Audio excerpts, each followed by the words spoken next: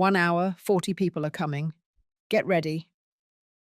That was the voice of my adopted son, Marcus, on the phone, sharp and careless, as if he were ordering a pizza and not invading my life. My hand froze, flour still dusted across my fingers from the morning bake. My stomach dropped so fast it felt like the floor gave way. This was supposed to be the happiest day of my life, the grand opening of my little bakery, the dream I had poured my last savings into. And in one brutal sentence, it was hijacked. I'm so glad you're here. If you're watching this video, please like and subscribe to my channel, and tell me in the comments where you're listening to my story of betrayal from. My name is Irene Lockwood.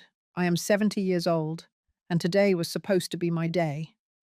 I had saved for years, every penny tucked away, until I finally gathered $28,000 to open Lockwood's Oven, my first and only bakery in the quiet coastal town I now call home. The smell of fresh bread still lingered in the air when Marcus made that call. It was not a request. It was a command. I held the phone to my ear, unable to form words for a moment. The morning sun was shining through the bakery windows, reflecting off the polished glass cases filled with pastries I had worked all night to prepare. This place was supposed to be my sanctuary, my celebration, the fruit of sacrifice after decades of giving. Instead, I heard his smug voice bark instructions like I was his personal servant. 40 people, Mum. They're on the way. Make sure there's enough food. Clear the tables. We're celebrating. I wanted to scream. I wanted to shout back that the bakery was not his clubhouse, not a family free-for-all. But the words lodged in my throat, heavy as a stone. My mind raced. 40 people. How could I possibly serve them all with the limited stock I had prepared for paying customers? I glanced at my shelves, knowing I had maybe 60 loaves, a few trays of muffins, and pies meant to last through the weekend. If 40 mouths devoured it in one afternoon without paying, I would be ruined before I even began. My pulse hammered in my temples. All those years of denial, of clipping coupons, skipping dinners, refusing new clothes so I could tuck away money, had led to this one fragile dream. $28,000. Gone into the oven, into the paint on the walls, the sturdy counters, the shiny espresso machine that gleamed like a jewel. And now, one careless call from Marcus threatened to burn it all down. I looked out at the empty shop, the chairs lined neatly, the chalkboard menu I had written in my best hand. I imagined the storm of people crashing through the door, laughing, demanding, wiping their greasy hands on the new tables. The thought made my chest tighten. This was not family coming to share in my joy. This was an invasion. I thought of the customers I had hoped for, the neighbors who promised they would stop by. What would they think, walking in to find a mob eating for free, shouting over one another, treating my bakery like a picnic ground? They would never come back. My reputation would crumble before it even began. The cruelest part was not the logistics. It was the tone of his voice. Marcus did not ask. He did not care if I was prepared. He did not think of the cost, the effort, the strain on a 70-year-old woman who had stayed up all night proofing dough. To him, my bakery was just another thing to use, like my time, my car, my money. I set the phone down slowly on the counter. My hands trembled. I caught sight of myself in the small mirror I had hung near the register. My face looked pale, older than I remembered, lines etched deep by years of endurance. I whispered to the empty shop, "Not today." But even as I said it, I knew the wave was already coming. The ovens still hummed softly behind me. The scent of cinnamon rolls, golden and sweet, filled the air. It should have been comforting, but instead it mocked me. How could something so warm and inviting become the bait for my own humiliation? I walked to the front door and locked it for a moment, just to feel some control. My fingers clutched the key, knuckles white, as if holding that little piece of metal could keep them out. But deep down, I knew Marcus would not knock politely. He would come with his crowd, and he would expect me to open, to serve, to smile. My heart ached as I looked at the sign that said, "Grand Opening." I had written it with excitement, picturing neighbors, children with cookies in hand, couples sharing pie. Instead, my first day was about to be stolen. The clock on the wall ticked louder than ever. 50 minutes left. 50 minutes until my dream was tested in the cruelest way possible. I pressed my palm against the counter to steady myself, whispering again to the silent room, "Not today." But I wasn't sure if I believed it. The ticking of the clock seemed louder with every passing second. 50 minutes until the invasion. I stood behind the counter of my bakery, but my mind was not on the shelves or the ovens.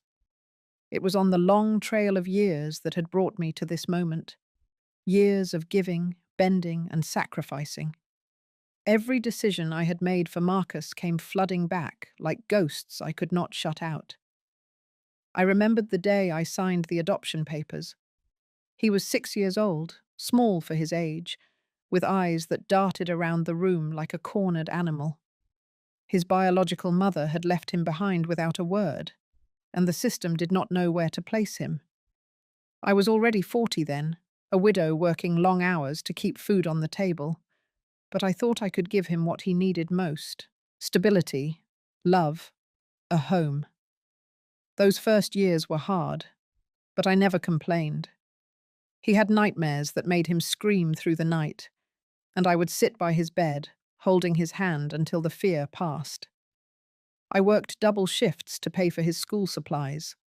I packed his lunches with notes tucked inside, little drawings of hearts and smiles. I wanted him to know he was wanted. When he turned 12, he asked for a bike. Money was tight, tighter than he would ever understand. I sold my late husband's set of tools, tools he had collected over decades, to buy that bike. I told myself it was worth it to see Marcus smile.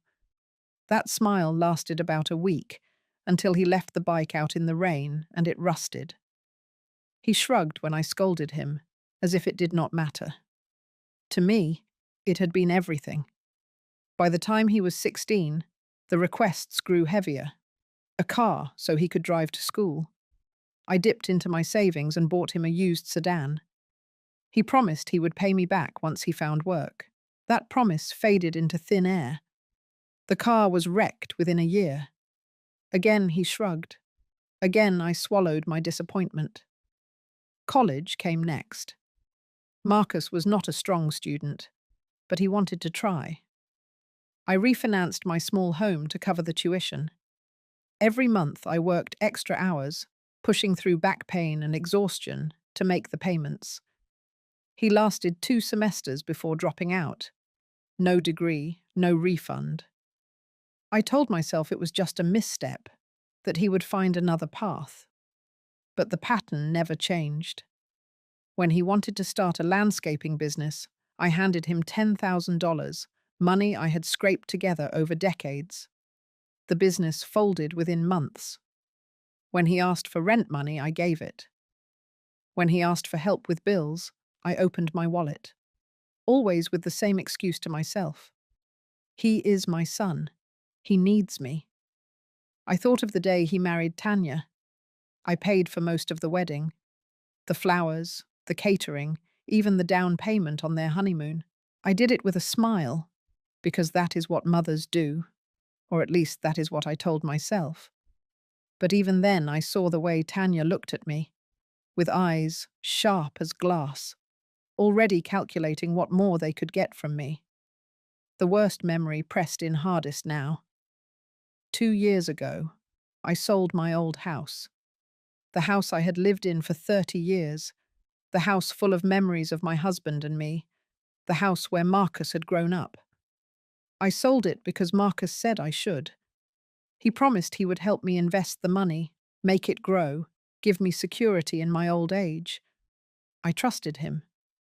Out of the 80,000 I got from the sale, only 30,000 ever made it back to me. The rest disappeared. He said it went to opportunities that did not work out. I never saw proof. I never dared ask. That money, what little I had left, became the seed for this bakery. I thought if I could put it into something tangible, something that was mine, maybe it would finally be safe.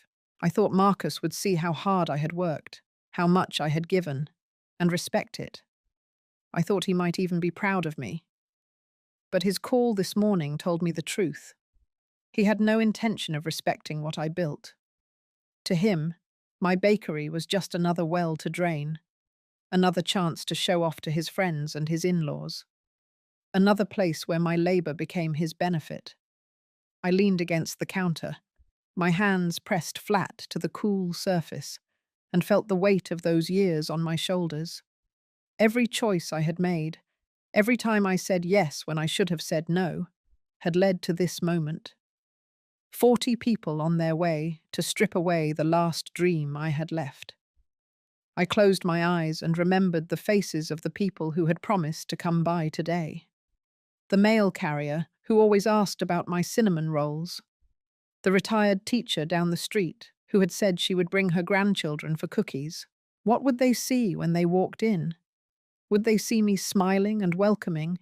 Or would they see me bent and tired, serving a mob that treated me like a servant? The ache in my chest grew sharper. This bakery was supposed to be my proof, my legacy, a place that showed the sacrifices had meant something. Instead, it was about to become the stage for my humiliation. I wiped my eyes with the back of my hand and forced myself to breathe. The memories cut deep, but they also clarified something. Marcus had taken and taken for years because I had let him. I had mistaken love for endless sacrifice. I had confused duty with silence. Now, with the ovens still warm and the shelves lined with bread, I stood on the edge of losing it all. The clock on the wall ticked again, louder, sharper. Time was running out.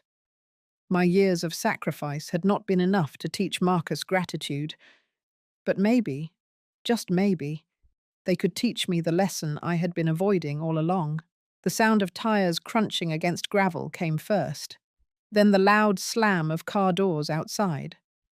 My chest tightened as I looked up from the counter. Through the front window, I saw them spilling out, not just Marcus and Tanya, but vans and cars full of people. My sign still read, "Grand Opening," and already my bakery looked more like a bus station than a shop.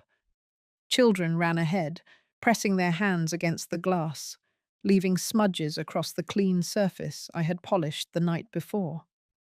Adults carried coolers and bags, laughing as if they were arriving at a family reunion. Marcus strutted at the front, sunglasses perched on his head, arms wide like he owned the place. He pushed the door open with a grin and shouted, "Here we are! Make room, everyone! Come on in!" I froze. They did not trickle in politely. They flooded the bakery, scraping chairs across the floor, plopping bags on tables, and spreading out as if the space belonged to them. The smell of my bread and pastries, which had been warm and inviting, was swallowed by the noise of 40 voices demanding attention at once. A little boy climbed onto one of the display cases and pressed his nose against the glass. His fingers left streaks across the glass pane where my pies were neatly arranged. "Grandma, can I have that one?" he shouted. His voice was high, sharp, cutting through the noise. Before I could respond, Tanya clapped her hands. "Of course you can. Everyone, help yourselves." She glanced at me like it was the most natural thing in the world. I opened my mouth to object, but Marcus was already reaching behind the counter, grabbing a tray of muffins. "She baked plenty," he said, his voice dripping with false charm. "Eat up." My stomach clenched as muffins disappeared into hands, pies were sliced without permission, and loaves of bread were torn apart right on the tables. I felt invisible, standing there while everything I had built was stripped apart like a feast set out for vultures. One of Marcus's uncles leaned back in a chair, wiping crumbs on his pants. "This is perfect, Marcus. Nice place you've got here." Nice place you've got here. The words stung. They did not even see me. They thought this bakery belonged to him. I turned sharply to Marcus. "This is my shop, not yours." He grinned at me, unfazed. "Relax, Mom. We're family. This is a family celebration. Isn't that what you wanted?" What I wanted was respect. What I got was chaos. The laughter grew louder. Beer bottles clinked as someone pulled them from a cooler they had dragged inside. Music blared from a portable speaker. The walls of my bakery shook with the thump of bass, drowning out the gentle hum of my ovens. Customers from the street peered in through the windows, curious about the noise. A couple pushed the door open, stepping inside, only to stop short when they saw the crowd. Their eyes darted across the mess, the children running, the tables crowded with food that was supposed to be for sale. They turned and left without saying a word. My heart sank. Those could have been my first loyal customers. Instead, they saw a circus. I forced myself to move, weaving through the crowd, picking up plates and empty cups already littering the floor. "Please, this is not what I opened my bakery for," I said, my voice shaking. Tanya brushed past me, holding a pastry in one hand. "Don't be dramatic. Everyone's having fun. Isn't that the point of this place?" I stared at her, stunned. The point? The point was survival. This bakery was not just fun. It was my future. Marcus clapped his hands together, raising his voice over the music. "Hey everyone, let's make this a tradition.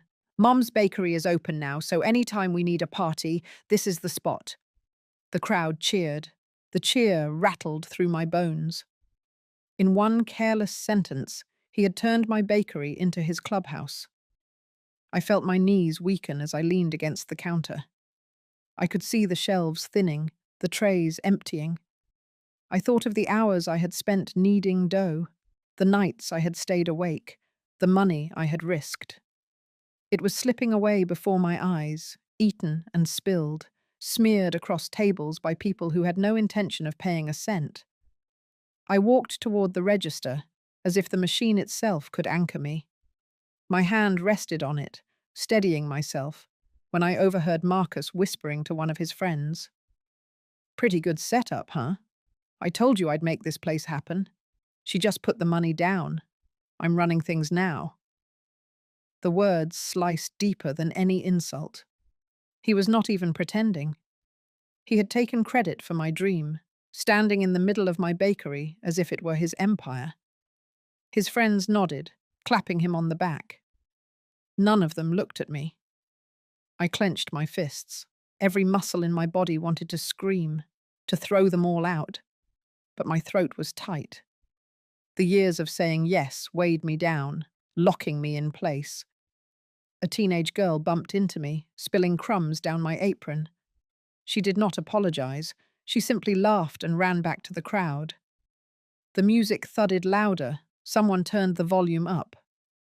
My bakery windows shook from the noise. Another couple of customers peeked in, frowned, and walked away. My chest burned with shame. My grand opening had become a free-for-all. My name on the window might as well have been erased. I looked at Marcus again. He leaned back in a chair, his arm draped around Tanya, his smile smug and satisfied. He looked like a man who had already won. Inside me, something shifted. It was faint, a spark buried under years of obedience, but it was there. Anger, the kind that simmers low, the kind that builds. I turned toward the back of the bakery, away from the noise, away from the chaos. My hands pressed against the wall for balance as I forced myself to breathe. The smell of bread lingered faintly in the kitchen, untouched by the crowd. This was still mine, for now. But standing there in the quiet, I knew the truth. If I did nothing, I would lose it all. Marcus had no intention of stopping.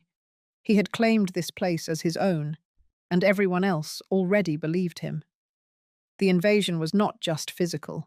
It was in their words, their laughter, their assumptions. The bakery I had dreamed of was slipping through my fingers. The noise inside my bakery grew heavier, layered with the smell of beer and sweat, mixing with cinnamon and yeast. I stood at the counter, clutching a rag, watching trays I had filled at dawn vanish piece by piece. Plates clattered on tables, crumbs scattered across the floor I had scrubbed until it gleamed. My dream was being eaten alive, and no one cared. Marcus raised his voice above the music. "Mom, bring more bread out here. People are hungry." Hungry? They had already cleaned out half the shelves, yet his tone made it sound as if I were failing them. I swallowed the words, pressing against my throat, and walked to the kitchen. My hands shook as I slid more loaves onto trays. Each loaf had been meant for paying customers. Each loaf cost money I no longer had. A woman I barely knew waved me over. "We need more plates and napkins. Hurry, the kids are making a mess." I looked at her, stunned. She was sitting in my bakery as if I were staff hired to serve. Her voice carried no courtesy, just expectation. I handed her the stack without replying, afraid my voice would crack if I spoke. The music thumped harder.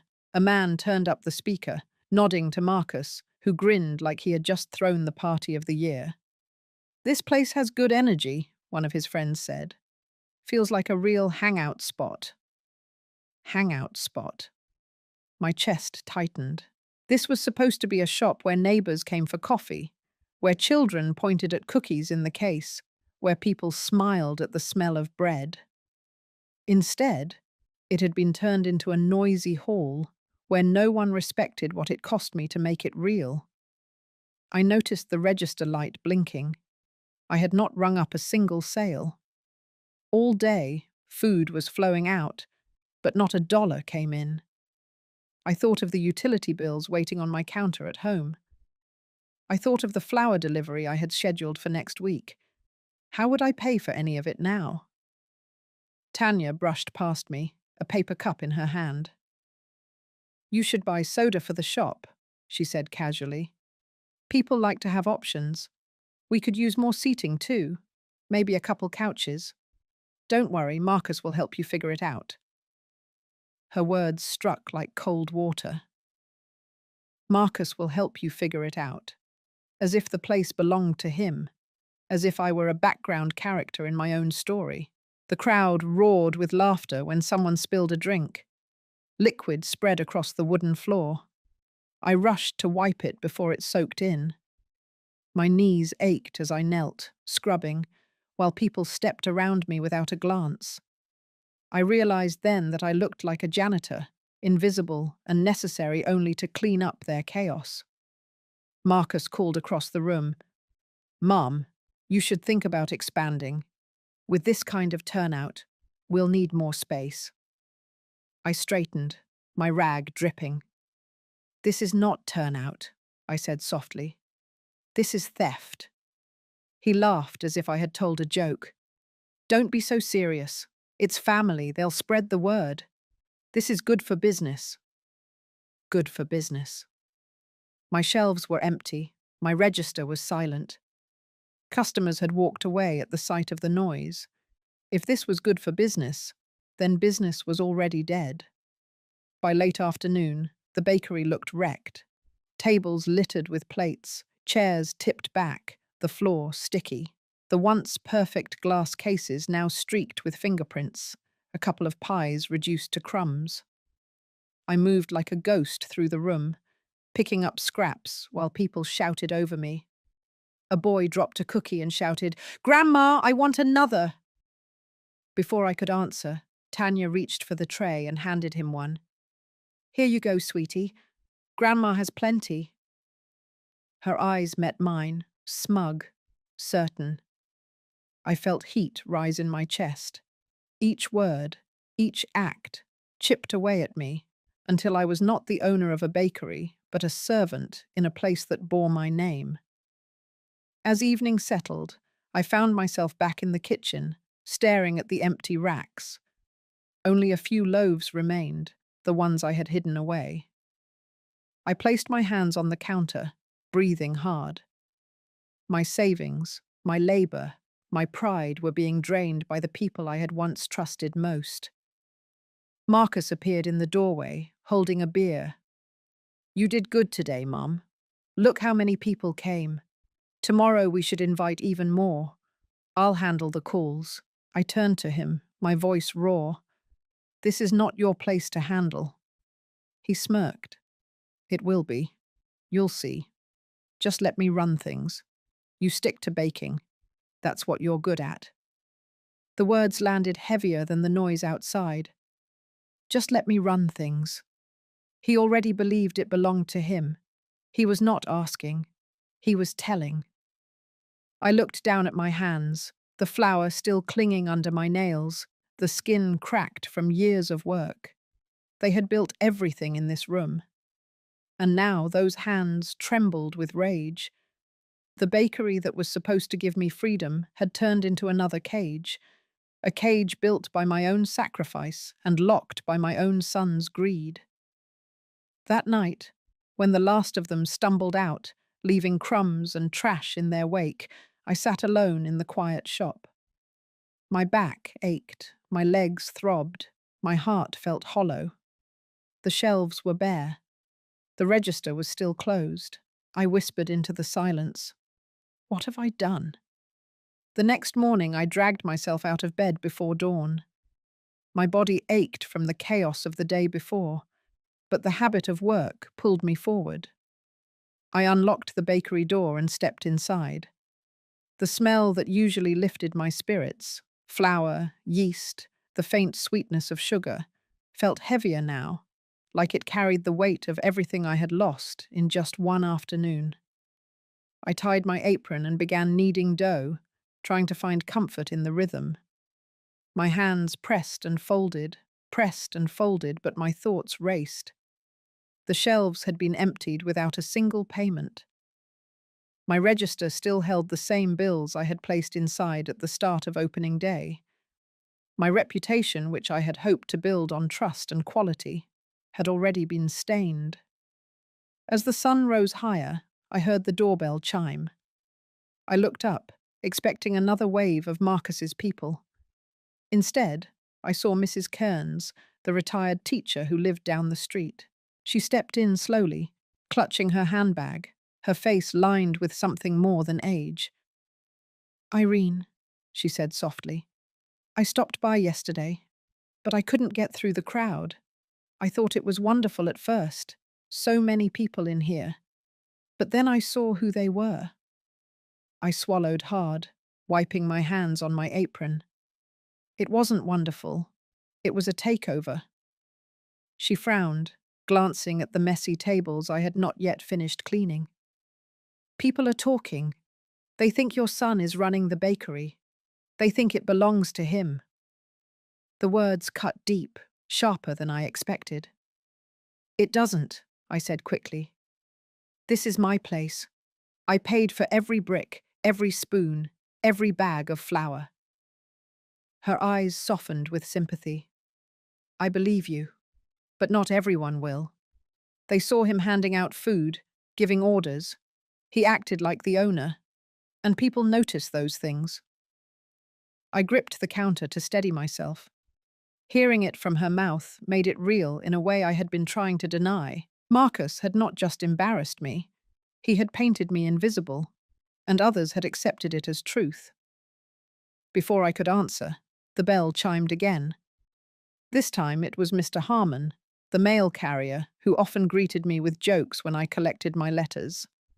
He leaned against the doorframe, looking uneasy. Irene, I need to ask you something straight, he said. Is Marcus in charge here? Yesterday he told me you just bake, and he takes care of the business side. He said he's the one investing, that you wouldn't know how to run a shop alone. My throat tightened. That's not true. None of it. He hasn't put a penny into this place. He hasn't worked a single hour to make it happen. Mr. Harmon nodded slowly, but his eyes showed doubt. I figured it didn't sound right. You've been planning this for years. Still, you should know what people are hearing. I felt heat rise in my face. Not only had Marcus stolen my opening day, he had already begun stealing my story, twisting it to make me look like an accessory to my own dream. The doorbell rang again, and this time it was Martha, my neighbor from 2 houses down. She carried a basket of fresh eggs, her usual gift when she had extras. She set it on the counter and looked me in the eyes. Irene, I hope you don't mind me saying this, but what I saw yesterday didn't sit right. You worked for this bakery. Everyone knows it. But you let them treat you like staff. You can't let that happen again. Her tone was firm, not unkind, but unyielding. I lowered my gaze, ashamed. I didn't know how to stop them. It all happened so fast. She leaned closer. You stopped them by saying no, by reminding everyone whose name is on that sign. If you don't, you'll lose it all. And not just to them, but in the eyes of this town. The truth of her words hit me harder than I expected. I had spent my whole life keeping the peace, saying yes even when it drained me. Yesterday had been the result of every yes I had ever given Marcus. For a moment, silence filled the shop, broken only by the hum of the ovens. Mrs. Kearns adjusted her handbag. Mr. Harmon cleared his throat, and Martha folded her arms, all of them waiting for me to answer. I hear you, I said finally. My voice was quiet, but it did not shake. This bakery is mine. It always will be, and I won't let him take it from me. Martha gave a small nod, as if testing me. Good. Then prove it. Next time they come, don't let them through the door unless they respect you. This is your house now, Irene. You decide the rules. She picked up her basket again, leaving the eggs behind. Use those. Make yourself strong. You'll need it. After they left, I stood in the empty bakery, staring at the eggs on the counter. The voices of my neighbors still echoed in my mind. For the first time in years, I realized I was not completely alone. People saw what was happening. People noticed. But I also knew the truth. Seeing the problem was not enough. I had to face it. Marcus would come again. He would bring more people. He would keep pushing until nothing was left. I looked at the clock on the wall. Only 10 hours had passed since yesterday's storm, yet it felt as if a lifetime had shifted beneath my feet. For the first time in a long while, I felt something stir inside me that was not guilt or fear. It was the faint edge of resolve. I pressed my hand against the counter and whispered into the empty room, "It's mine, and I won't lose it."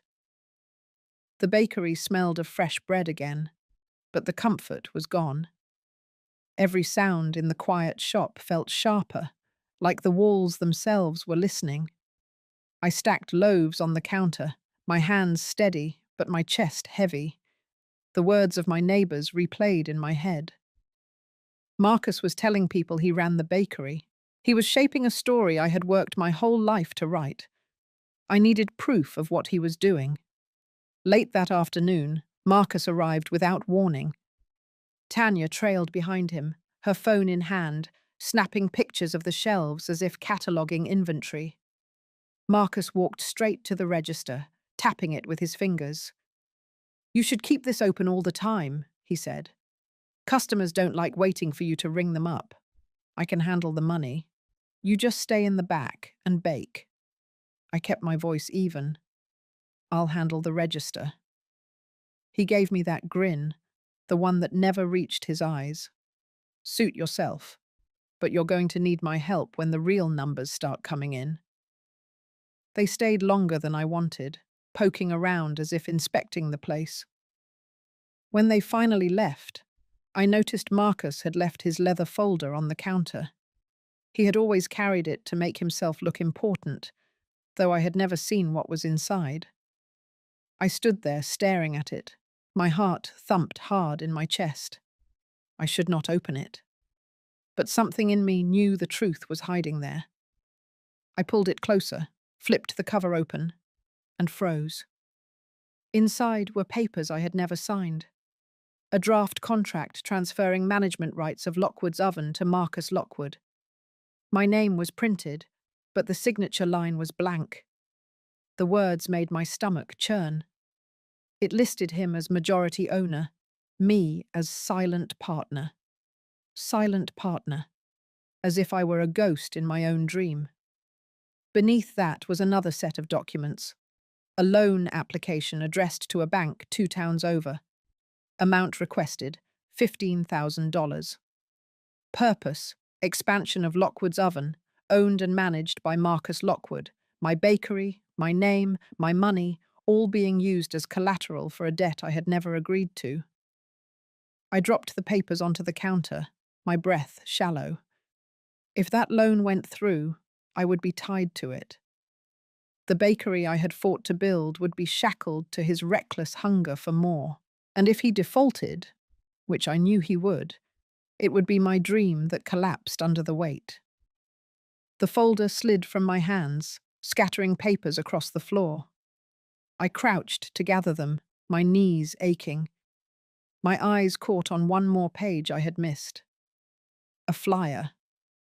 Bold letters across the top read, "Grand opening under new management, Lockwood's Oven, led by Marcus Lockwood." I sank onto the floor, the paper trembling between my fingers. He had already prepared the lie. He was already spreading it. No wonder people believed him. No wonder they looked at me like I was just the baker in the back. I pressed the flyer flat against the counter and whispered, "He's stealing it right out from under me." That night I sat at my kitchen table, the papers laid out in front of me. My small lamp cast shadows over the words, making them look even heavier. I tried to eat a piece of bread, but it tasted like ash in my mouth. My hands shook as I poured tea, the cup rattling against the saucer. I thought back to every sacrifice I had made for Marcus, every dollar handed over, every promise that dissolved into nothing. This time it was bigger. It was not just money. It was my name. It was the only dream I had left. The phone rang. I flinched, half expecting his voice again. It was Tanya. Her words came quick, smooth. "Marcus says we should meet tomorrow to discuss plans. We've got some ideas for marketing. Maybe get your picture on the window like a mascot. People love that kind of thing." I held the phone tight. This is my bakery. Not his. Not yours. Mine. There was a pause before she laughed softly. "Oh, Irene, don't be so dramatic. We're family. It's better if Marcus handles the hard stuff. You don't want all that stress at your age." I hung up without another word. My hand shook, but not from weakness. It shook from rage. I returned to the documents spread on my table. For the first time in years, I saw the full shape of what Marcus had become. He was not careless. He was calculated. He wanted to erase me, to wear my work like a mask, to stand in my bakery and call it his. The papers blurred as tears filled my eyes. I wiped them away with the back of my hand, leaving streaks of flour across my face. My body felt heavy, but somewhere deep inside, something hard began to form. A line. A limit. The clock ticked on. Midnight came and went. I sat there staring at the evidence of betrayal, knowing tomorrow would bring another round of noise, another attempt to push me out. But now I had proof. Proof that Marcus was not just using me. He was plotting to take everything. I gathered the papers into a neat stack and slipped them into my own folder. My hands no longer trembled. I did not know exactly what I would do yet, but I knew one thing for certain. The next time Marcus walked into my bakery, I would not be silent. The next morning started before I was ready. I had barely slept. The folder of Marcus's papers sitting on my nightstand like a weight pressing on my chest. By the time I unlocked the bakery and lit the ovens, my body moved on habit alone. The smell of dough rising should have been comforting, but all I felt was dread. I knew they would come back. I knew they would push harder. I did not have to wait long. Just as the first loaves cooled on the racks, the front door swung open. Marcus entered with Tanya on his arm, followed by two of his uncles and a cousin. Their voices filled the space before their feet even crossed the threshold. "Morning, Mum," Marcus said loudly, as if announcing himself to the whole town. "We've been talking and we've got plans. Big ones." I wiped my hands on my apron and stayed by the counter. "Plans for what?" "For the bakery," Tanya answered smoothly. She set her phone on the table and scrolled through images. "See, couches here, a jukebox over there, and we can knock out that wall to make more seating. It'll turn this place into a real moneymaker." I stared at the screen, but said nothing. Marcus stepped closer, his voice low but sharp. "You can't run this alone. You're good at baking, but you don't understand growth. That's where I come in." The uncles chimed in, one clapping Marcus on the back. "He's right, Irene. This place is packed when he's around. People follow his lead." I felt my throat tighten. "It's packed with people who don't pay," I said. Marcus smirked. "That's just the start. Once they see how good this place feels, the money will come. But we need investment. We need to scale." I thought of the loan application sitting in my folder at home. He had already decided to use my bakery as collateral. He was not asking. He was preparing to drag me into his schemes whether I agreed or not. Tanya leaned across the counter, her smile polished. "You should let Marcus sign as manager. That way he can handle the business side. You don't need the stress at your age." I shook my head. "This bakery is mine. I handle it."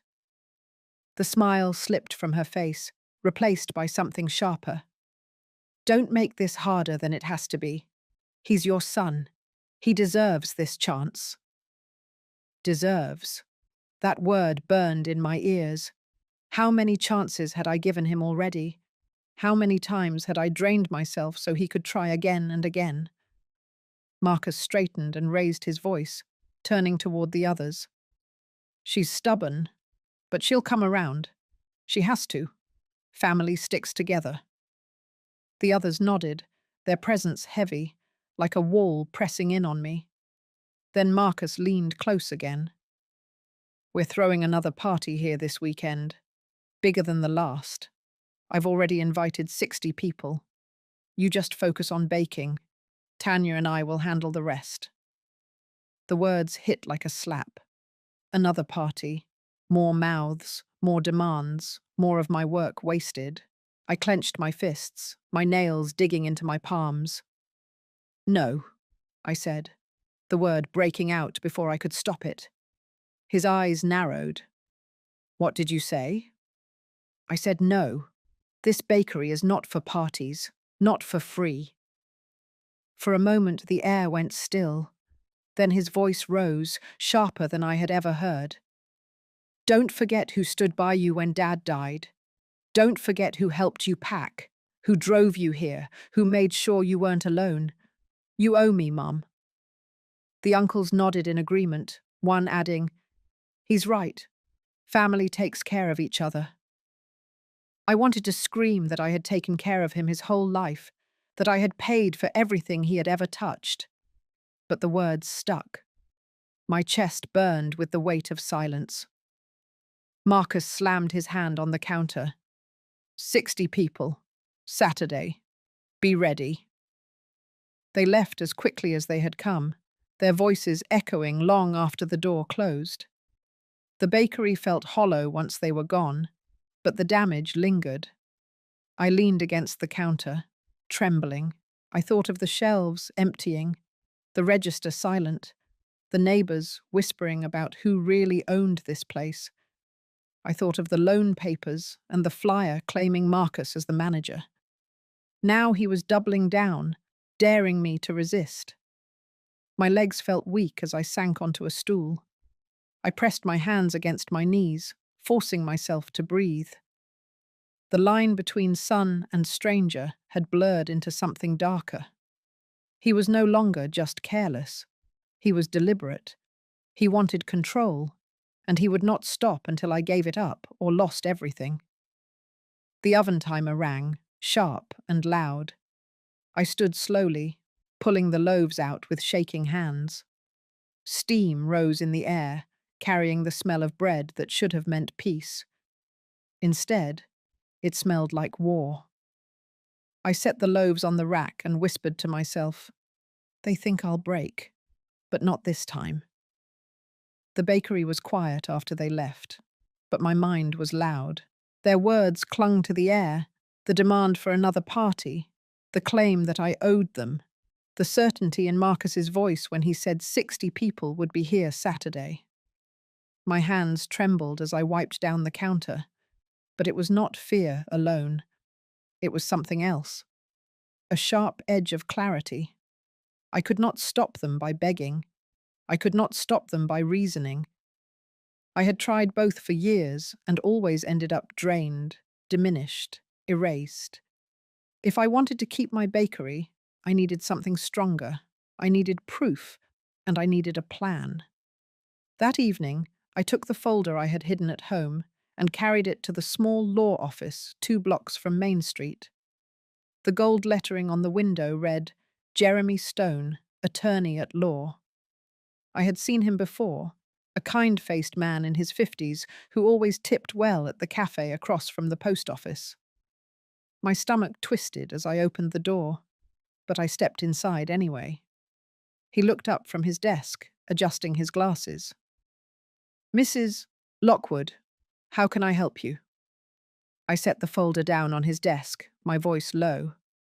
"I need to know if these papers mean what I think they mean." He opened the folder and began reading. The silence stretched on, broken only by the shuffle of pages. Finally, he looked at me. "This is serious. These are draft contracts to transfer management rights of your bakery. If you signed anything like this, or if someone forged your name, he could make claims of ownership. And this loan application, if approved, you'd be responsible if payments are missed." My chest tightened. I never signed anything. I never agreed to a loan. He leaned forward. "Then you still have power, but you need to act before he moves further.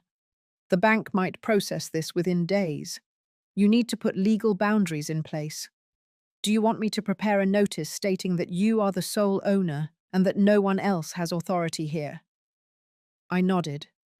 "Yes. I want everything in writing. I want to stop him before he ruins me." We spent the next hour going through details. He asked for receipts, the deed to the property, proof of my investments. I handed over what I had. My records were plain, handwritten in some places, but they were mine. They showed the truth. Before I left, Jeremy looked me in the eye. "Mrs. Lockwood, what you're facing is financial abuse. Family or not, it's still abuse. The law is on your side, but you need to be firm. Once these papers are ready, you must stand your ground. Will you?" I swallowed hard, then said, "Yes, I will." Walking out of the office, I felt taller, though my legs were weak. For the first time in years, I had someone on my side, someone who could give structure to the anger boiling inside me. The next morning, I went to the bank. The clerk pulled up my account, her face tightening as she clicked through the screen. There's an application pending for a business loan in your name, Mrs. Lockwood. $15,000. I leaned closer. I did not apply for that loan. Cancel it immediately. She hesitated. It lists Marcus Lockwood as manager. My voice sharpened. Cancel it. He has no authority here. I am the sole owner. She nodded quickly, typing fast. I'll flag the account and require your signature for any future applications. You'll also get alerts if anyone tries again. Relief mixed with fury in my chest. Marcus had tried to tie me to debt, but at least now the door was closed. By noon, I walked through town with a folder tucked under my arm, holding Jeremy's draft notice and the bank's confirmation. I stopped at the print shop on the corner, asking for copies. The owner, a broad man named Frank, raised his eyebrows as he scanned the header. Business ownership statement? Everything all right, Irene? I gave a small nod. It will be. That night, I returned to the bakery, locking the doors behind me. I stood in the center of the quiet room, imagining the chaos Marcus wanted to bring again. 60 people trampling the floors, emptying shelves, calling me selfish if I resisted. But this time, I would not stand silent. This time, I would not kneel with a rag, scrubbing while they laughed over me. I pulled out the papers Jeremy had given me and laid them on the counter. Ownership statement, lodging and service rates, drafted like a hotel menu. It listed clear prices, $100 per room per night, $50 per person per day for meals, $20 per day for basic utilities. If they insisted on treating my bakery like a gathering hall, then they would pay like customers. I read the words over and over until they sank into me. This was not just paper. It was a shield. It was a way to fight back without shouting, without begging. I locked the papers away and turned off the lights. As I stepped outside, the cool night air brushed my face. The moon hung above the quiet street, silver and calm. For the first time since Marcus's call, I felt a thread of control winding back into my hands.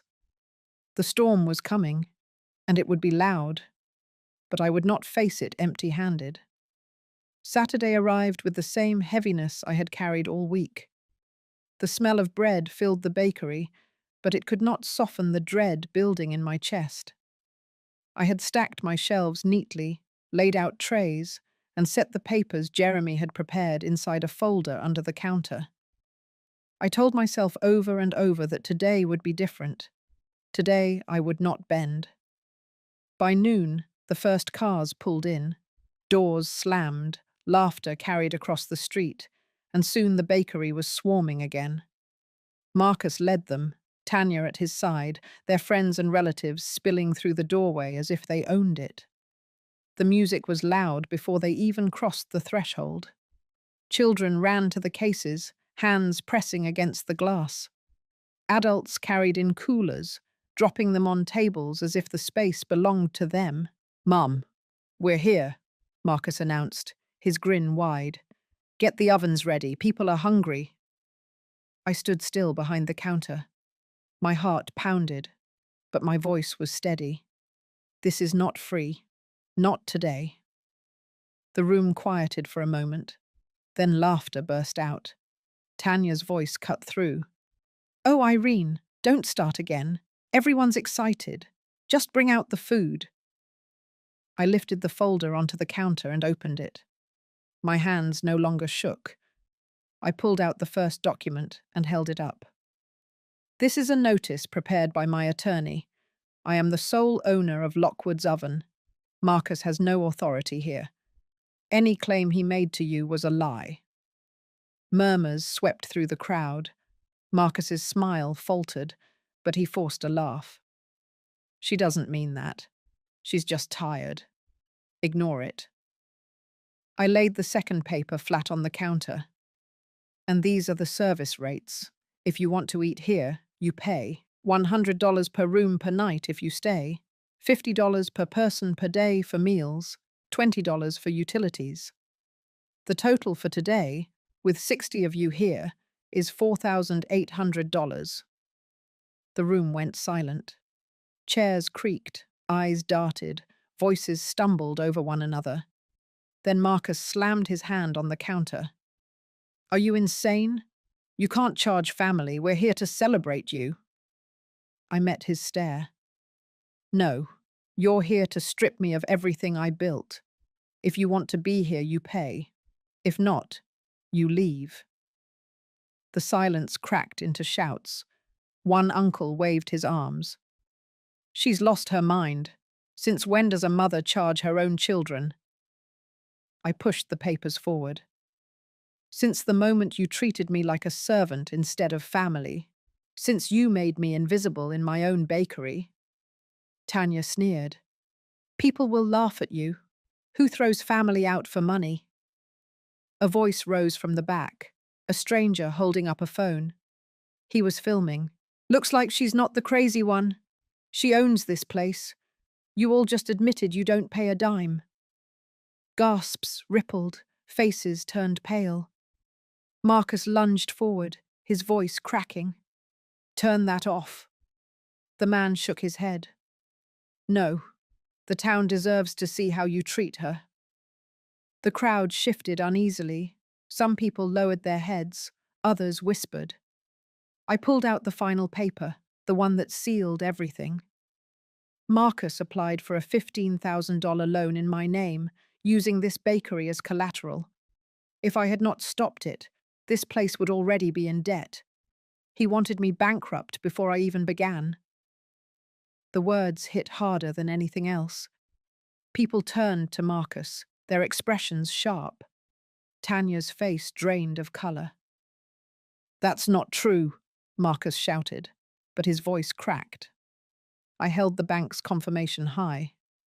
It is true. I stopped it. I saved this bakery from your hands. The room erupted, but it was no longer against me. Voices accused Marcus. Questions flew. Anger turned his way. Tanya grabbed his arm, whispering harshly. He shook her off, his face red with fury. You think you can humiliate me in front of everyone? He shouted at me. You think you can turn them against me?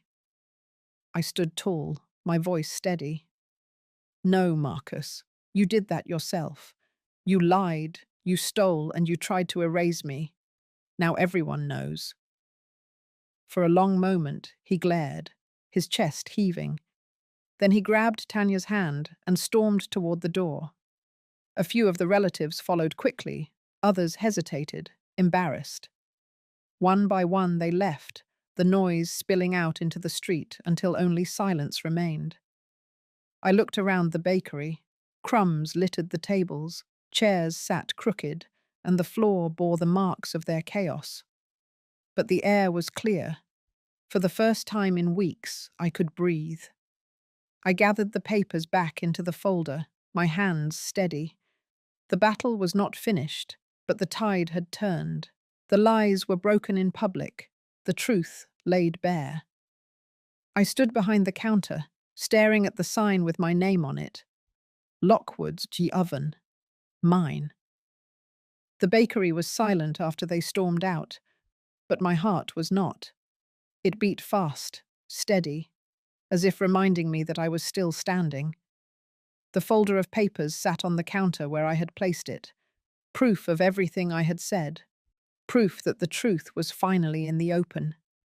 I wiped the counter slowly, clearing crumbs left behind, and realized I was not trembling anymore. The fear that had followed me for so long had slipped away. I thought it was over, but Marcus came back 2 days later. He walked in alone this time, his shoulders stiff, his face drawn tight. He closed the door behind him and stared at me across the room. You embarrassed me, he said. You ruined me in front of everyone. Do you know what people are saying about me now? I folded a cloth and set it aside. They're saying the truth. His jaw clenched. You think you've won, but you haven't. You can't run this bakery without me. You're too old. You don't know business.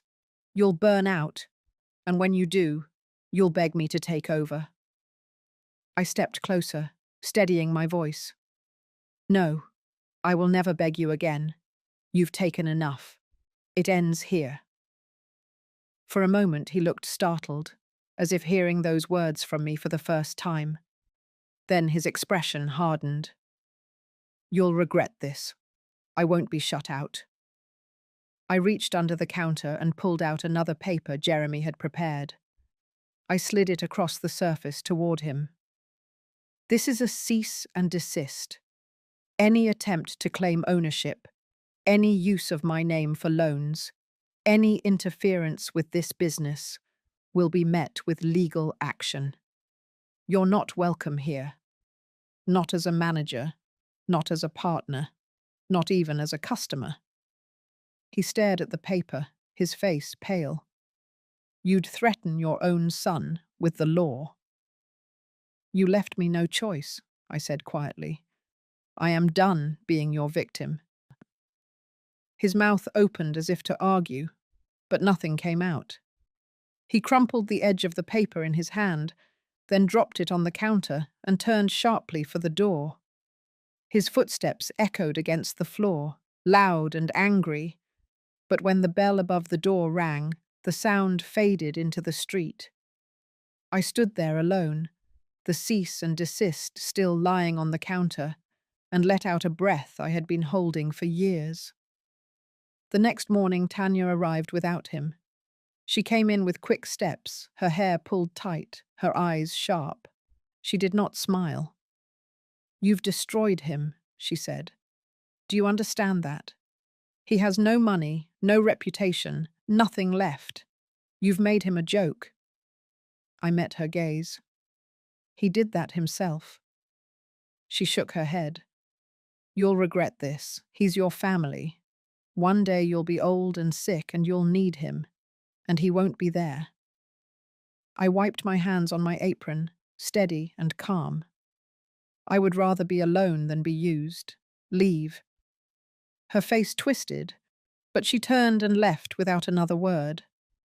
The bell rang once more, and I knew it was the last time I would see either of them inside my bakery. That afternoon I opened the doors to real customers. A young couple came in, smiling at the smell of bread. A group of children pressed their noses to the glass, pointing at cookies. An older man ordered coffee and sat by the window, nodding at me with quiet respect. The bakery filled with the sound I had wanted all along, not shouting and demands, but the hum of honest business. When the last customer left, I locked the door and stood in the middle of the room. The tables were neat. The register held money for the first time. The air smelled of bread and cinnamon, untouched by chaos. I whispered to the empty room, "It's mine. Finally mine." The war with Marcus had drained me, but it had also given me back something I thought I had lost. My voice, my dignity, the ability to say no. I had cut the cord that bound me to endless sacrifice, and I had survived. The days that followed felt like the first breaths of clean air after a storm. The bakery was quiet in the mornings, the ovens warm, the shelves filling one tray at a time. Customers began to return, not the crowds Marcus dragged in, but real people who came because they wanted to be here. They smiled when they stepped through the door, commenting on the smell of bread or the neat rows of pastries. Their coins and bills landed in the register with a sound that reminded me this place was alive and mine. I kept my head down and worked. Each loaf I shaped felt like laying another stone in the foundation of something steady. The tension that had once sat on my shoulders slowly eased. For the first time in weeks, I slept through the night. The nightmares of shouting voices and slammed doors softened into the simple rhythm of baking and rest. Word began to spread around town. People had seen the video from the man who filmed the confrontation. They whispered about Marcus's arrogance, about how he tried to take what was not his. At first, I feared the gossip would make me look like a cold mother, but it did not. Instead, it turned into something else. Customers told me quietly, "Good for you," or "Took courage to stand up to them." Their support warmed me more than the ovens. One morning, Martha, my neighbor, came by with a basket of vegetables from her garden. She set them on the counter and gave me a look that carried no pity, only respect. "You did what needed to be done," she said. "Now you can breathe again." I smiled for real, not the forced smile I used to wear when Marcus barked orders. "Yes," I said simply. "Now I can breathe." With every passing week, the bakery settled into its own rhythm. Children came after school for cookies, their laughter filling the space in a way that did not hurt, but healed. Older couples stopped in for coffee, talking quietly over slices of pie. The shelves no longer emptied under greedy hands, but under honest trade. I began to learn faces and names, and they began to know me not as someone's mother, but as Irene, the baker. The money was modest, but it was real. I balanced the books each night, careful with every dollar, stretching each ingredient to its full use. It was not wealth, but it was security. I no longer feared opening my account to see what had vanished. I no longer worried that someone else was borrowing in my name. Each line of numbers was mine, earned by my hands. There were moments of loneliness. Sometimes, after closing, I sat by the window and wondered if Marcus would ever change, if he would ever understand what he had done. The thought ached like an old wound. But then I reminded myself that loneliness with peace was better than company with pain. I began small changes to the bakery itself. I painted the window frames a brighter color. I bought new tablecloths with soft patterns. I hung a chalkboard where I wrote daily specials in my own hand. Customers noticed, commenting that the place felt warmer now, more inviting. It was not flashy or loud, but it was steady. It was mine. One Saturday morning, a group of women from the church stopped by. They asked if I could provide bread for their weekly gatherings. A steady order, regular and predictable. My chest filled with quiet pride as I agreed. It was the kind of business I had hoped for, built on trust and respect, not noise and demands. The seasons shifted. Summer's warmth turned into the crisp air of fall. Leaves blew across the street outside the bakery. I baked pumpkin bread, apple pies, loaves spiced with cinnamon. The smell drew people in from the chill, their coats brushing against the doorframe as they stepped inside. I watched them smile, and for the first time, I allowed myself to smile back without hesitation. At night, I walked home slowly, carrying the satisfaction of a day's work. My hands ached, but it was the ache of labor, not of defeat. I sat at my table, drank tea, and let the quiet settle around me. No phone calls demanding money, no shouts of family guilt. Only silence, and the sound of my own steady breath. I began to believe in tomorrow again. Each day built on the one before, not crumbling but holding firm. The bakery was no longer a dream threatened by others. It was my reality, standing strong on the corner of Main Street, with my name written clearly on the glass. Winter came early that year. The mornings were cold, the streets quiet, but the bakery stayed warm. Customers kept coming, steady and faithful. I no longer feared the door swinging open to a wave of chaos. Each person who entered brought peace, not demands. I felt the rhythm of my life settle into something whole again. One late afternoon, as the light faded, the bell above the door rang. I looked up from the counter and froze. Marcus stood there, alone. His shoulders slumped, his eyes tired. He did not wear the grin that used to hide his intentions. He looked smaller somehow, not in body, but in spirit. He cleared his throat. "Mum, can I talk to you?" I wiped my hands on a cloth, steadying my breath. "What do you want, Marcus?" He stepped closer, hesitating. "I wanted to say I'm sorry. I went too far. I thought I was helping, but I was really just taking. I see that now." I studied his face. The arrogance was gone, replaced by something raw. "You lied. You tried to take everything. Do you understand how close you came to ruining me?" His eyes dropped. "I know. People don't look at me the same anymore. I lost jobs, friends, even Tanya's respect. She left last month. I have nothing. I came here because you're the only one I can face." The silence stretched between us. My heart ached with old wounds, but it did not break. I had waited years for him to see what he had done. "Marcus," I said quietly, "I can't forget what you did, but I can forgive you. Not because you deserve it, but because I deserve peace." His eyes lifted, surprised. "You mean that?" "I do," I said. "But forgiveness doesn't mean forgetting. You're not welcome to manage my bakery. You're not welcome to take from me again. If you want to be in my life, it has to be with respect, nothing less." He nodded slowly, his voice rough. "I understand. I don't expect you to trust me right away. I just wanted you to know I'm sorry." For the first time in years, I saw a flicker of the boy I had once carried home from the orphanage. It did not erase the pain, but it softened the edges.